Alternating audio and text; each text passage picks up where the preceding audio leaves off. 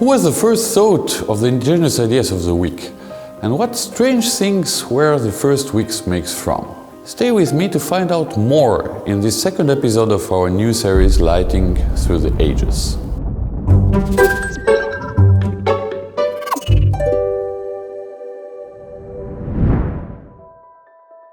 So the first wick, in fact, was not a wick.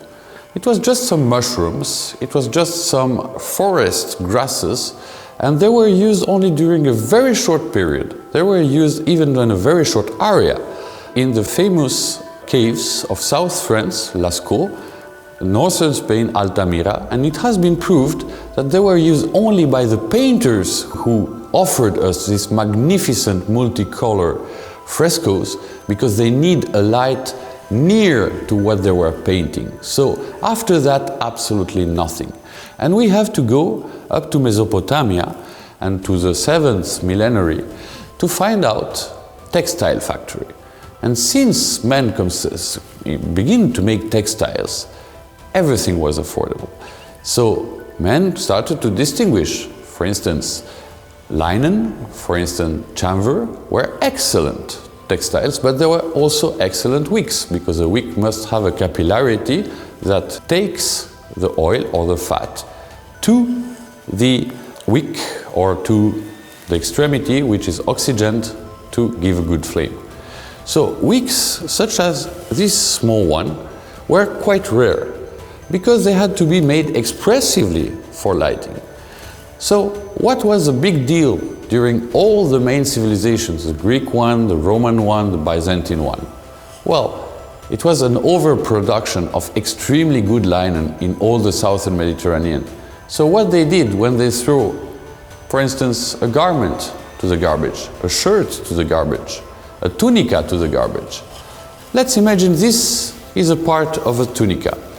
Well, I just have to take like this, I drop the rest, I make like this. And this is what the wicks were made from thousands of years. The whole Roman Empire imported just garbage to make their own wicks. And that was the main discovery, because they've seen that all other kinds of textiles were not so suitable to make wicks.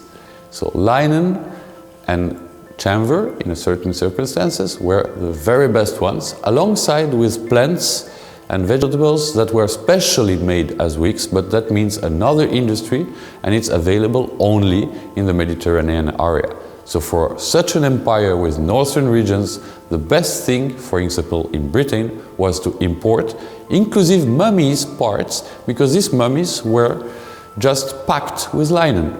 And it was not a desacralization several centuries after to get out mummies from Egypt and just to take the linen from them. So what was behind the conflict between heating and lighting when lamps first came on the scene? Find out in our next episode. Subscribe to this series now. Click on the bell to hear about new videos as soon as they become available.